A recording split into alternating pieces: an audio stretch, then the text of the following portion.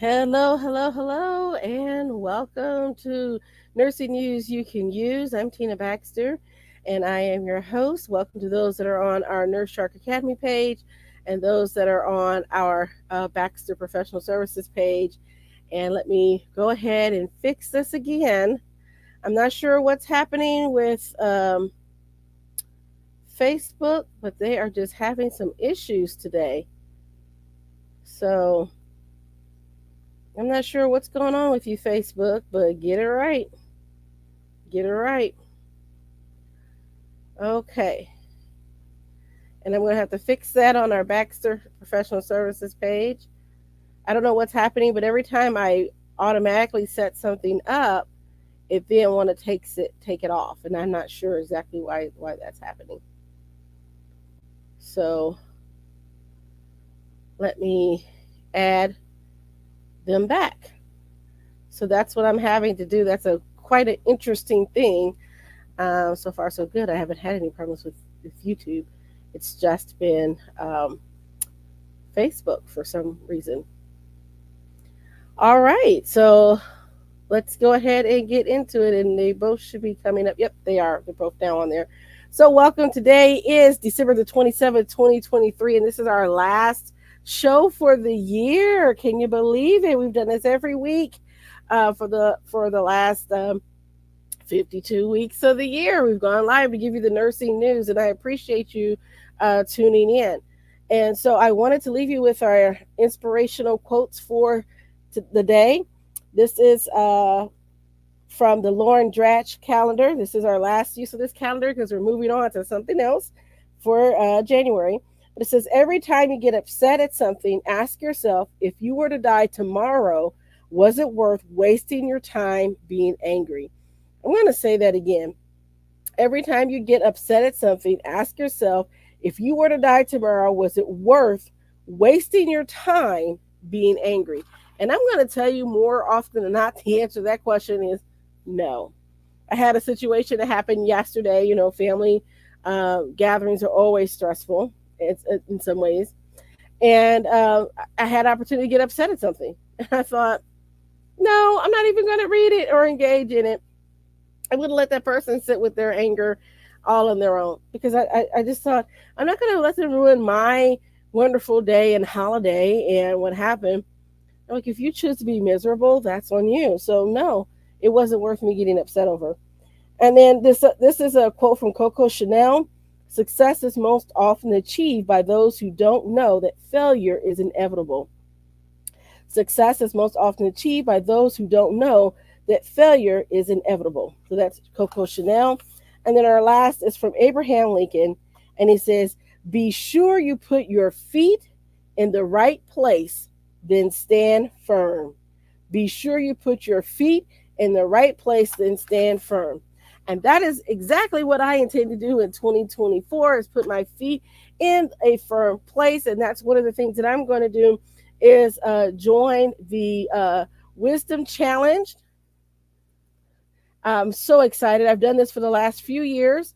I'm always interested in learning more about how to have wisdom in the coming years. So this is a 31-day wisdom challenge for 2024, and I'm pulling it up because I wanted to show it to you. So let me just share my screen real quick.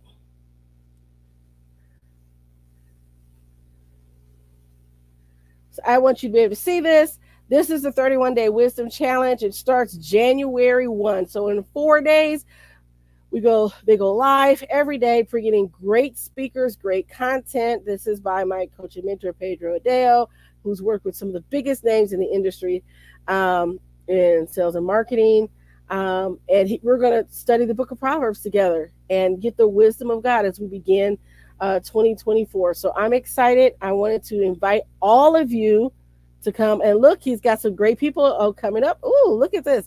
I haven't had a chance to look at the speaker list yet. So Lisa Nichols will be there. Bill Johnson's going to be there. Eric Thomas, Ron Carpenter, Heidi Baker will be back. Dave Martin. Let's see, who are some other people? Chris Valentin will be there. There's so many people. Abby Cobb will be back. Keith and Heather Ferrante Michael Dalton, I love watching Michael Dalton. So I'm excited because I'm like, I just want to listen to him. So we have all these great speakers that will be there. And I've attended every year. And by the way, the challenge is free. You can just hop on and get on the challenge for free. And so I just wanted to share that with you. If you want to get to this, I'll be happy to also put this in the show notes and put a link in the chat later on. And in fact, I might be able to just do it right now. Copy. And then I encourage you to come. So I'm going to stop the share and I'm just going to post a comment right here, see if I can get it on there. Yeah, there we go. And we've got the link to the 31 Day Wisdom Challenge. You can join me with that. All right, so let's get into the news because there is a lot to talk about in the news. Yes, there is. Here's our first article, our first story. It's coming from out of Rhode Island from Go Local Prov, and it says healthcare worker attacked at Rhode Island hospital, latest in a string of assaults. And we've talked about this last week, but yet again, here is another. A medical technician was assaulted at Rhode Island Hospital on Saturday. It marks just the latest episode of violence against nurses and healthcare workers in the state over the past several months. Providence police received a report of an assault on a healthcare worker at Rhode Island Hospital midday on Saturday. According to the victim, a male medical technician, he was working in the emergency room when he was sprayed with a noxious chemical by a woman who was at the hospital with her husband. The victim sustained minor injuries. The suspect, later identified as Ashley Tallow, age 31, fled the scene and was later identified and arrested at Miriam Hospital in Providence, another lifespan facility. A healthcare worker was assaulted at the Rhode Island Hospital on November 29th. In September, a nurse was in critical condition after being assaulted by a patient at a Rhode Island hospital. So this is something that the Rhode Island Island Nurses Association has been calling on changes that need to happen. And this is, again, development that is not just in Rhode Island, but it is happening across our nation. But here's the interesting part. So this is what's been happening in Rhode Island, right? So I found this next article kind of ironic. This is again from Go Local Prov, and it says, nurse at the Miriam facing firearms charges after bringing gun to hospital. So I just want to say, administrators aren't protecting nurses. They're going to start packing. Here it is. It says a nurse at the Miriam Hospital in Providence is facing firearm charges after being arrested for bringing a gun without a license to work over the weekend. Providence police responded on Sunday morning to the security office at the Miriam Hospital on Summit Avenue on the east side, where they met with a security officer. According to police, the hospital security officer said that an employee had brought a gun to work. The security officer told police the gun was seized, rendered safe, and turned into him by a nurse in the emergency room. The owner of the gun was later identified as Leilania Greeley, age 38, who police reported is a nurse in the emergency room and was not on the scene at the time the gun was discovered. Greeley is facing charges of possession of a firearm without a license, according to the Providence Police Major David Lapiton, confirmed with Go Local on Monday. So again, these are the times of, like, if you're not going to protect the nurses, what else are the nurses supposed to do? All right, so let's turn to this one. In the state of Michigan, Michigan just signed a law that increases the penalties for violence against healthcare workers. This is coming from the HIPAA Journal. And it says, in the absence of federal legislation, which we had legislation that was proposed but never acted on. Surprise, surprise, in our current political environment, but I won't go into that. But we did have federal legislation that died. So in the absence of federal legislation to protect healthcare workers, Michigan has introduced a new law that expands the definition of protected workers to include healthcare workers and has increased the financial penalties in an attempt to curb the growing problem of workplace violence. The number of reported instances of non-fatal workplace violence has been increasing year over year, especially in healthcare, which we have covered before. which the Bureau of Labor Statistics says workplace violence incidents that required workers to take time off work were 5 times higher in privately operated healthcare and social assistance establishments than in private industry overall. The incidents can result in serious injuries or worse. On average, between 2016 and 2020, BLS data show an average of 44 homicides of private healthcare workers every year. So this is repeated calls for workplace violence prevention in um, in healthcare. The legislation again failed to advance and was reintroduced in April of this year. In September, Senators Joe Manchin and Mark Rubio introduced the Safety from Violence in Healthcare Act, which sought to make assaults on healthcare staff a federal crime. The act also calls for penalties to be increased for assaults that result in bodily injury. However, the legislation has failed to advance in Congress. Shame, shame, shame on you, Congress. So, nurses, doctors, other healthcare workers, please take note of that. Find out where the stall was and hold your legislative officials accountable. However, let's get on to what's happening in Michigan. So, Michigan did introduce their own laws, which many states have continued to do, to deter violence against health workers. Almost 40 states now have passed legislation to increase penalties for violence against healthcare workers, with Michigan the latest state to do so. Michigan already had laws in place concerning violence against protected workers, which included police officers, firefighters, and EMS personnel. In response to the rise in bullying, violence, and the viciousness of attacks on healthcare workers, the classification has been extended to include healthcare professionals and medical volunteers. Any assault on a protected worker could result in a felony charge, and while the potential jail time has remained unchanged, the financial penalties have doubled. Medical facilities in the state must now post signs in areas visible to the public that warn of the increased fines. So I'm going to say congratulations to Michigan for doing something. So this law was signed on December the 6th. And this is at least is a drop in the bucket and a first step towards that. So thanks to Michigan. Congratulations to Michigan. All right, so let's move on. I want to talk about this because this one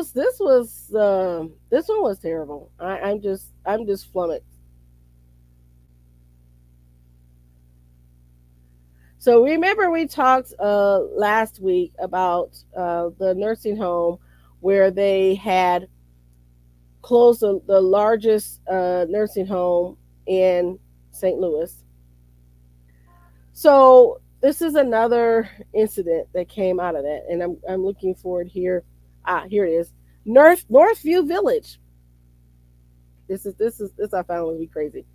Northview Village, the nursing home that was closed in St. Louis. The people had to leave, leave a lot of their belongings. They just got moved abruptly. Even the families didn't know that they were being moved. It just happened. So now that they closed this place, someone's broken in and stolen their belongings. Let's add insult to injury. So it says residents of the abruptly closed Northview Village nursing home have had many of their belongings stolen. The facility suddenly shut down on Friday, December the 16th, with no notice given to employees, residents, and their families. This displaced more than 170 patients. Since then, the St. Louis Center Fund approved up to $174,000 in emergency funding to assist residents who were displaced. The St. Louis Agency on Training and Employment also provided support by having 2 job fairs for displaced employees. So Jamie Opsel, who is a senior fund board member, says while the building has been vacant, people are taking advantage. She says, we do know that people came into the nursing home and stole people's personal belongings, their televisions, their telephones, and ransacked the place. Opsel said patients had to leave everything behind when they were being cleared and moved from the facility. So this makes me wonder, because if they got in and ransacked the place, what happened to all that confidential information in the residents' social security numbers, medical information? What happened to all that? It says many of the people were moved without any of their belongings. There was one person that was moved with no pants, no shoes, no socks, and a lot of their personal items were stolen. Because many of the residents had items stolen, the senior fund is working on a plan to help. So this is egregious. And unfortunately, these types of things are going to be happening more and more, as this story in Politico indicates. So it says they were traumatized how a private equity associated lender helped precipitate a nursing home implosion. This is by Politico. The day Charlie, I'm going to butcher your name, I'm sorry about that. Kukutskit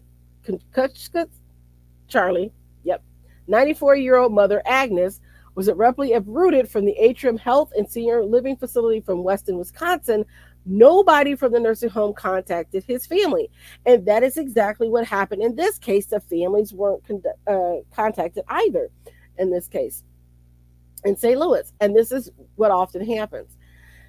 So he says a lot of people were shoved around like old shoes. They were traumatized. They didn't tell them where they were going. They just woke them up and said, "You're moving." The episode was heartbreaking, said Barb Plutz, who was a beautician at the facility. Some of the residents, she said, didn't have jackets. It was cold outside. They were crying. They didn't know why they were being kicked out. The Centers for Medicare and Medicaid Services later declared in a report that the disorderly relocation put residents in immediate jeopardy. When Atrium Health and Senior Living in the Midwest teetered in September 2018, triggering the sudden closure of the Weston home, and 3 others several months later, the chaos capped years of mismanagement, with Atrium's owners enriched at the expense of vulnerable residents. So again, this is becoming a trend. When they're closing, they aren't necessarily putting the best practices into place, and it's sort of an abrupt, you're out, pack up, go. So it says for many advocates for elderly people and their families, Atrium's fall this demonstrated how private equity firms and their affiliated lenders, in the pursuit of profit in America's growing nursing home industry, are speculating in a way most traditional banks will not. Fledgling entrepreneurs, the advocates note, have taken advantage of their lenders' largesse to expand and build precarious empires, often while enriching themselves. The relationship between lender and nursing home operator is symbiotic, with each feasting off the steady income of stream of fees from Medicare, Medicaid, and private insurers. That has left vulnerable residents, elderly people nearing the ends of their lives, at risk of being displaced when the empire crumbles. State taxpayers are often left to pick up the pieces, and that in turn then causes disruption in the system. You lose qualified staff. There's a whole domino effect to this happening. And Politico goes on to say that Washington has done little to protect them.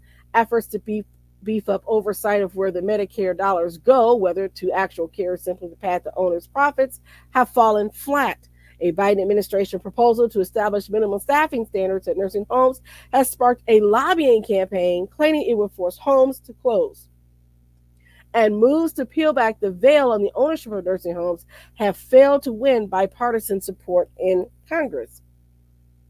So again, this has become a big issue. And we've talked about this before, about tracing the dollars and how difficult it is to do that in the long-term care industry. So there is a lot more to this story in Politico. So I encourage you to read that. I don't have time to go into all of that, but this is where it brings in all those quick questions. And so, it's interesting, the whole story about MidCap and the court system and what they had to go in. And of course, they didn't answer any questions sent by Politico at the time. But it's interesting that a lawyer who was appointed to manage Atrium's finances, as it was flatlining, echoed the lender's view. He said, of all the 300 some cases I've been involved in, I've never seen more extensive fraudulent conduct by the principles of a business than I have in this case. So this is again a lot of these issues, and you have to know who owns the nursing home where mom and or dad's going into. Those are questions that you have to ask. So, not in a related story, but in another story, because we're talking about long term care at the moment. This just came out today. This is on Brooksdale. This is Home Health Care News. Brookdale Senior Living sells its 20% stake in Home Health Hospice JV with HCA Healthcare. So let's talk about it. Brookdale Senior Living has sold its 20% stake in the Home Health Hospice and Therapy joint venture it has with HCA Healthcare. The company announced the news Wednesday, but it did not specify who it sold the remaining stake to. It did announce the price tag, however, which was $27 million. In tandem with that news, it announced that it has also completed 2 financing transactions, which refinance all of their debt. So according to them, they said, we've made positive strides in 2023 are reflected in the completed financing transactions, which clear our debt maturities until 2025. The ongoing proactive management of our liquidity position, including these completed and pending transactions, together with Brooksdale solid improvement in operating results, support our continued strong liquidity position. So in other words, they had some debts they had to get rid of. They sold some stake in a company so they can pay off their debt and rearrange some of their lending. So Brookdale used to be one of the largest home health providers in the country. However, during the pandemic, it decided it would be advantageous to offload that segment as it struggled with occupancy rates in senior living communities. So again, that has been a problem as well.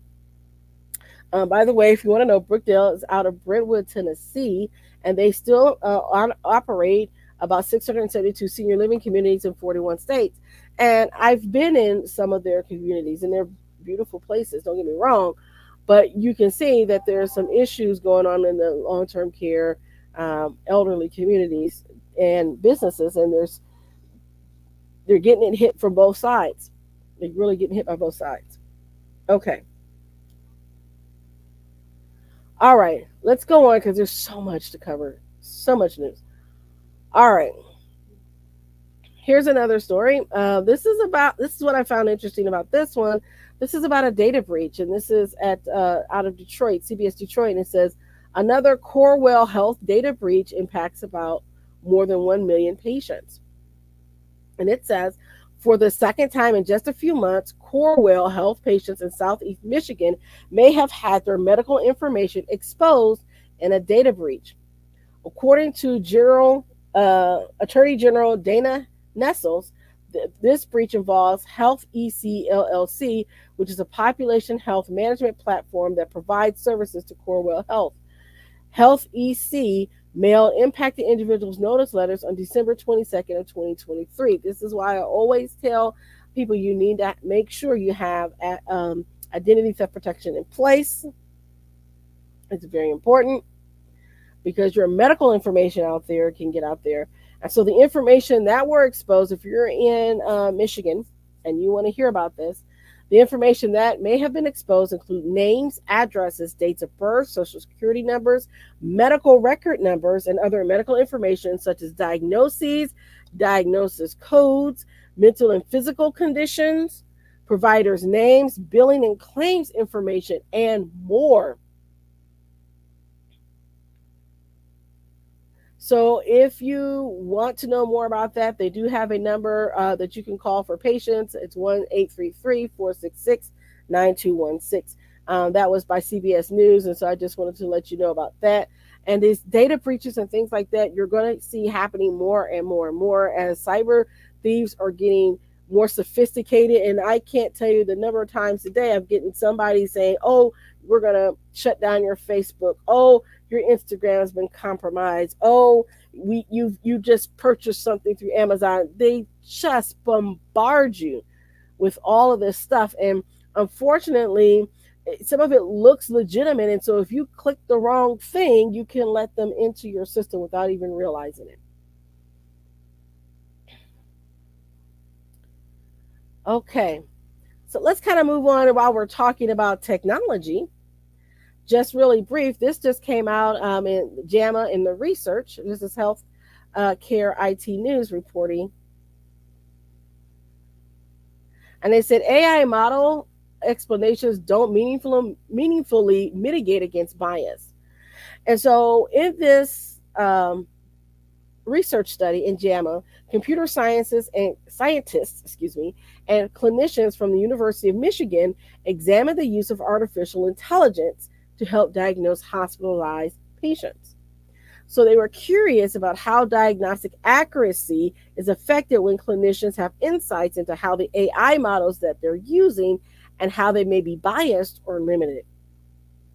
So they posited that use of image-based AI model explanations could help providers spot algorithms that could be systematically biased and therefore inaccurate. But the researchers found that such explanatory guides, quote, did not help clinicians recognize systematically biased AI models.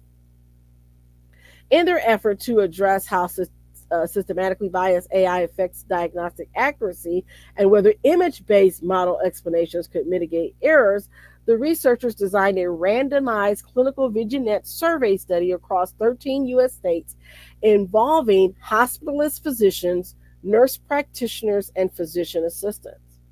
The clinicians were shown 9 clinical vignettes of patients hospitalized with acute respiratory failure, including their presenting symptoms, physical examination, laboratory results, and chest radiographs. They were then asked to determine the likelihood of pneumonia, heart failure, or COPD as the underlying causes of each patient's acute respiratory failure. Clinicians were shown 2 vignettes without the AI model input.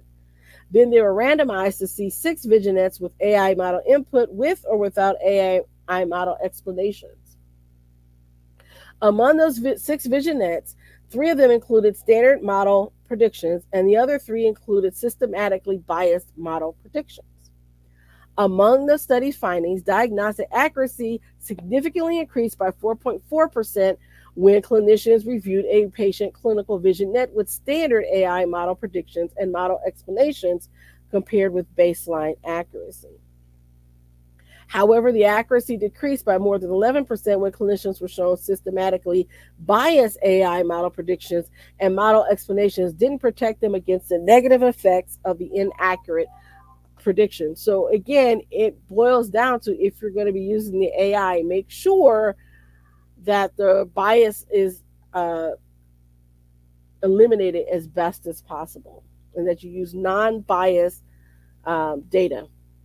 And that is something that's been proven more and more. But as we're using AI more and more in healthcare, this is important. Okay. This comes out of Michigan. This is we're going back to some lawmaking things. I found this good, and I hope other states put this into practice. But Michigan just enacted a law that says surprise ambulance bills that puts family in debt.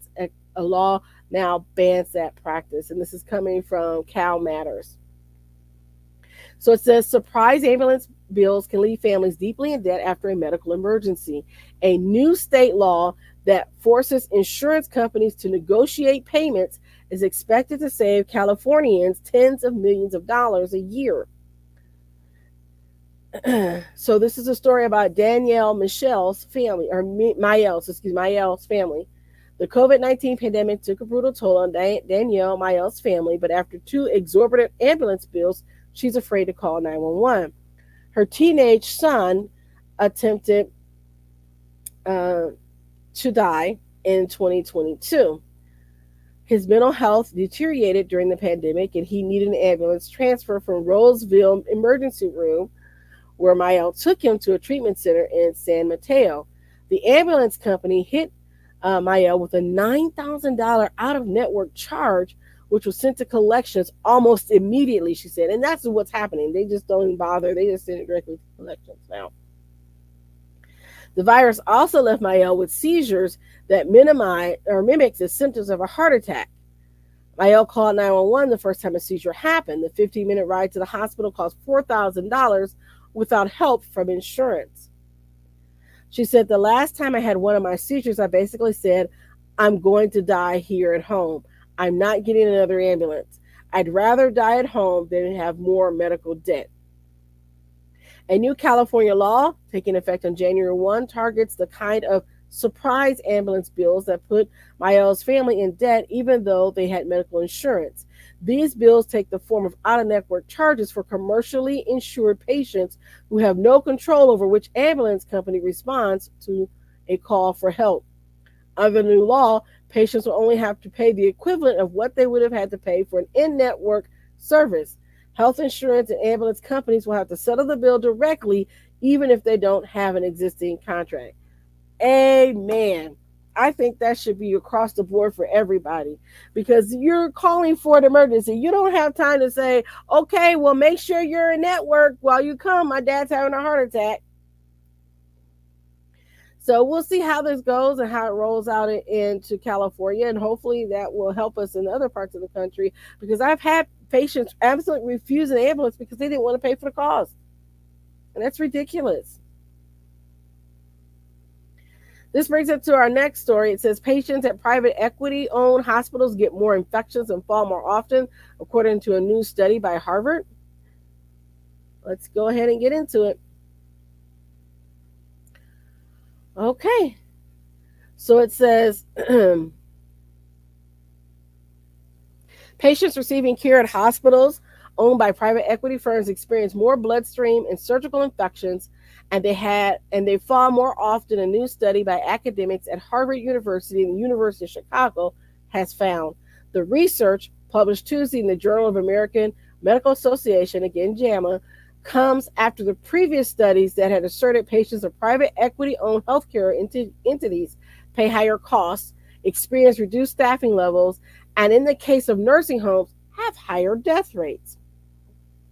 The new study is by Dr. Senia Cannon and Dr. Zaruri Song, both of Harvard, and Joseph Dov Bruch of the University of Chicago. It focused on patients' health outcomes in private equity-owned hospitals, an area that academics said where research has been scant. Private equity firms have bought out more than 200 hospitals from non-private equity owners. In addition, as NBC News has previously reported, an estimated 40% of hospital emergency departments across the country are managed by private equity-backed staffing companies. So basically, the doctor that you see or the nurse practitioner that you see in the ER may not actually work for the hospital. They may be an independent contractor from a third party, which means that your liability, if you have to sue, as you know, may not be against just a hospital, but it may also have to be against that firm that the doctor is working for. And there's all these questions that come out in trial because of that. So this is just a little behind the scenes stuff that happens. So this is where it becomes questionable. Should private equity firms be in the business of healthcare? That's a question. Hey, let me know what you think about it in the comments. So it says private equity firms are sophisticated financiers that buy companies, usually load them with significant amounts of debt to pay for the acquisitions and hope to sell them in a few years at a profit. Over the past decade, eyeing hefty profit potential, the financiers have invested $1 trillion in healthcare companies. Because the debt adds a cost burden to the acquired companies, the owners often cut other expenses by firing workers. The companies also try to generate higher revenues by increasing costs to customers. Some hospitals owned by private equity firms sell the land under their buildings. These deals enrich their owners, who receive cash generated from the sales, but saddle the facilities with higher rent costs. And we've talked about that. And that's kind of what's happening with a lot of these nursing homes. They don't own the land that they sit on, so they're leasing the land to have the building, but they're paying the money back into the parent company. It is all just convoluted. Same thing kind of happens with hospitals. So it says, Song and his colleagues compared Medicare claims for patients at 51 acute care hospitals owned by private equity firms with data at 259 matched acute care hospitals. Hospitals of similar size and location not owned by such firms. To see how the hospital's performance changed under private equity ownership, the academic studied a period that began 3 years before a hospital was acquired by private equity and extended through 3 years after. And so, what they found is that patients at private equity owned hospitals in the study also experienced a 38% average increase in central line infections.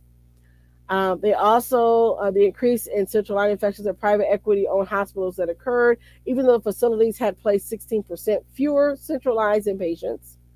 Also, after the hospitals purchased these firms, the facilities experienced an average of 25.4% in hospital acquired conditions such as infections or falls compared to other hospitals at the same time.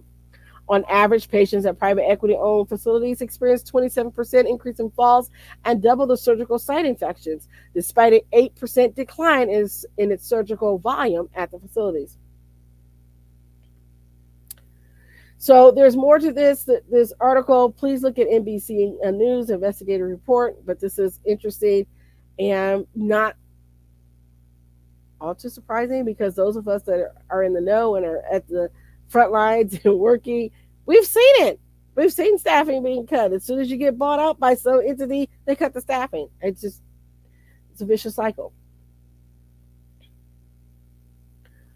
Okay, so that brings up this because now we have another nurses strike. I just wanted to bring it out.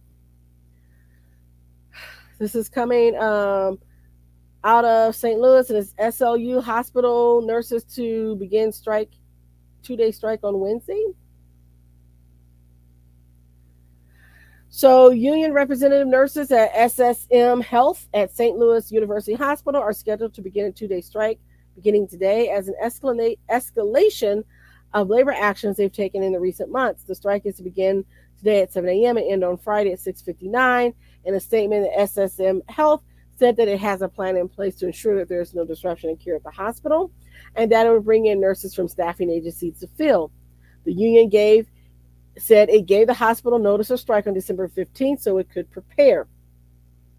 The union, National Nurses United, has been in negotiations for a new labor agreement with SSM since May. The previous contract expired in June. The nurses also held a 24-hour strike in September, so this is their second strike action that is going to be longer. So we will see what happens and continue to cover another strike action by nurses.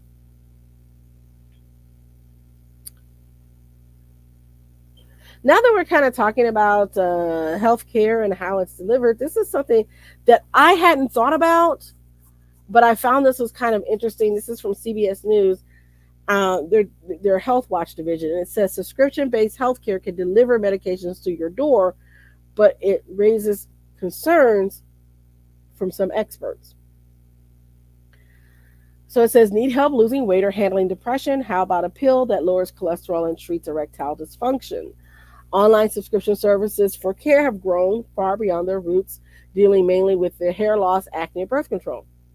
Companies include Hims and Hers, Ro, and Lemonade Health now provide quick access to specialists and regular prescriptions deliveries for a growing list of health issues. And so we did see that kind of that rise in that with mental health platforms coming out. There was one that I can't recall their name off the top of my head, that got into trouble because they were providing a lot of stimulant prescriptions that may or may not have been warranted. So these are things that are coming. So we're seeing more and more of these health companies coming because people have struggling having access to care. So it says Hims recently launched a weight loss program starting at $79 a month without insurance. Lemonade began treating seasonal affective disorder in the winter for $95 a month. So they said this Netflix approach promises help for two common difficulties in the U.S. access to healthcare prescription refills, but it also stirs concern about care quality. So Dr. Adrienne Few-Berman is concerned and says, this isn't medicine, this is selling drugs to consumers, which really makes me think about that. And I don't know because I've not actually been in that industry. I haven't worked in an industry.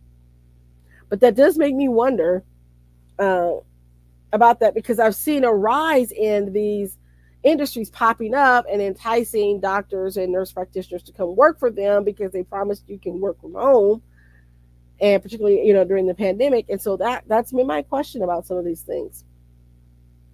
So Hims is publicly traded and it has about 1.4 million subscribers. It's expected to pull in 1.2 billion in sales by 2025. So the subscription-based healthcare has been around for years, particularly in primary care, where patients can pay monthly fees to get better access to their doctor. So we do have those things, those concierge things where you pay money. Amazon just recently entered the niche with a subscription plan that gives customers access to virtual and in-person care. Although we've also seen some problems with staff in that case, but we won't get into that.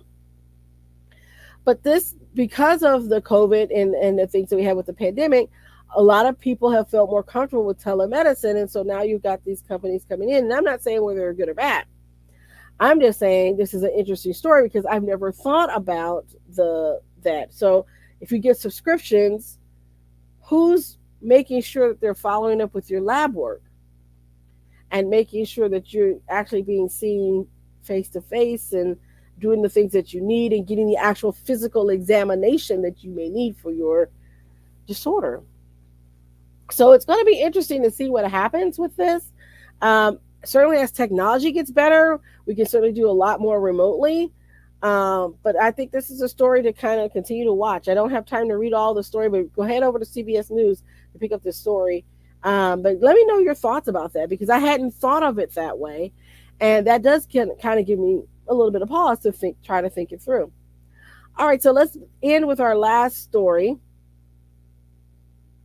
Oh, wait, next to our last story, because I do want to talk about this. Nursing students. I have to talk about this because it affects nursing students. This is from Fox News. And it says students at the now closed Connecticut nursing schools sue the state officials saying they've made things worse. Students at the for-profit nursing school in Connecticut that abruptly closed in February filed a federal class action lawsuit against state officials on Tuesday, arguing their actions and defamatory statements have prevented the students from moving on with their training and careers. According to attorney David Schlossberg, they're literally stuck. And we're looking at more than 1,200 students of the former Stone Academy. So this isn't like a small number. This is a large group. The lawsuit, which focuses on the state's conduct after the school's closure, argues that students' constitutional rights have been violated because they have been deprived of property rights to earn academic credits. After the school's 3 campuses were shuttered, a state audit declared thousands of credit hours retroactively invalid, something Schlossberg argues officials did not have the authority to do. He goes on to say, you really have state agencies who weren't authorized to behave this way, who really went rogue in many aspects.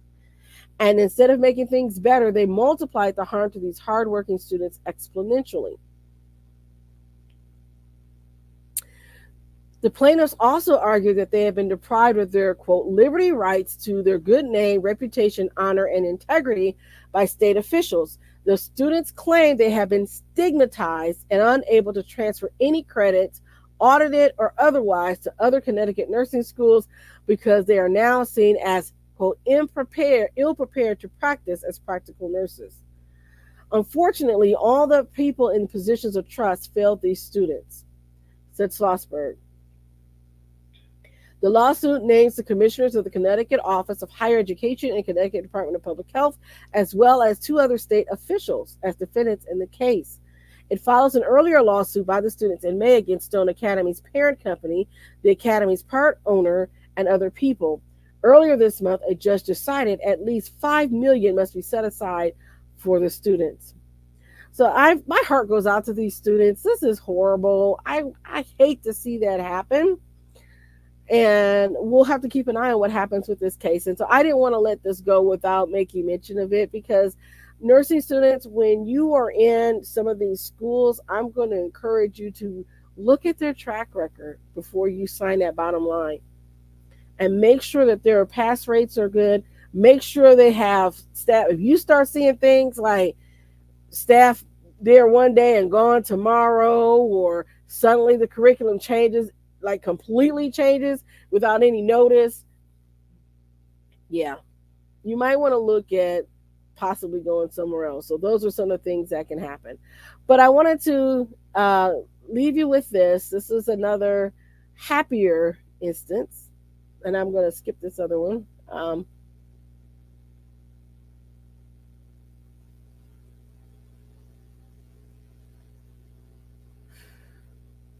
Yeah, there's so many stories today. I'm just going to skip that.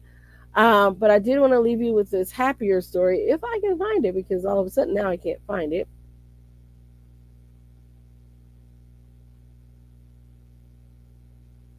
Here it is. I just thought this was a really good feel good story, and I wanted to share it. And I want to say congratulations to all these nurses at St. Luke's, because apparently you've made a difference. So it says nurses are here 24/7. Former St. Luke's patient pays it forward to nurses on Christmas Eve. This is coming out of Missouri. It says Morad Hassam was a patient at St. Luke's East Hospital over the summer. 6 months later, he says he's paying it forward for the kindness he was shown by the nursing staff. First, Hassam convinced the mayor of Lee's Summit to declare December 24th, 2023 Nurses Appreciation Day. He says the nurses were there 24/7. They take care of me, my family members, your loved ones, all of us. Hassam and his family brought in treats to the nurses who would be working the holiday, but he didn't stop there.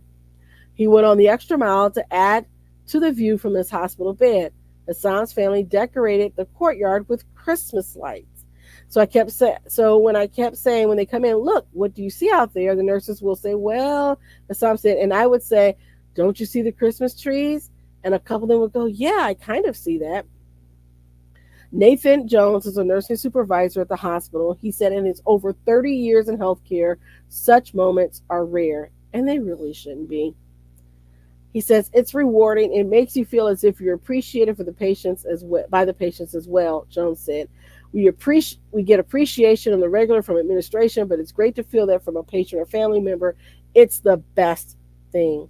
While Hassam said he wasn't feeling well on Sunday, he was determined to not let his chronic condition of sarcoidosis stop him from playing Santa on Christmas Eve.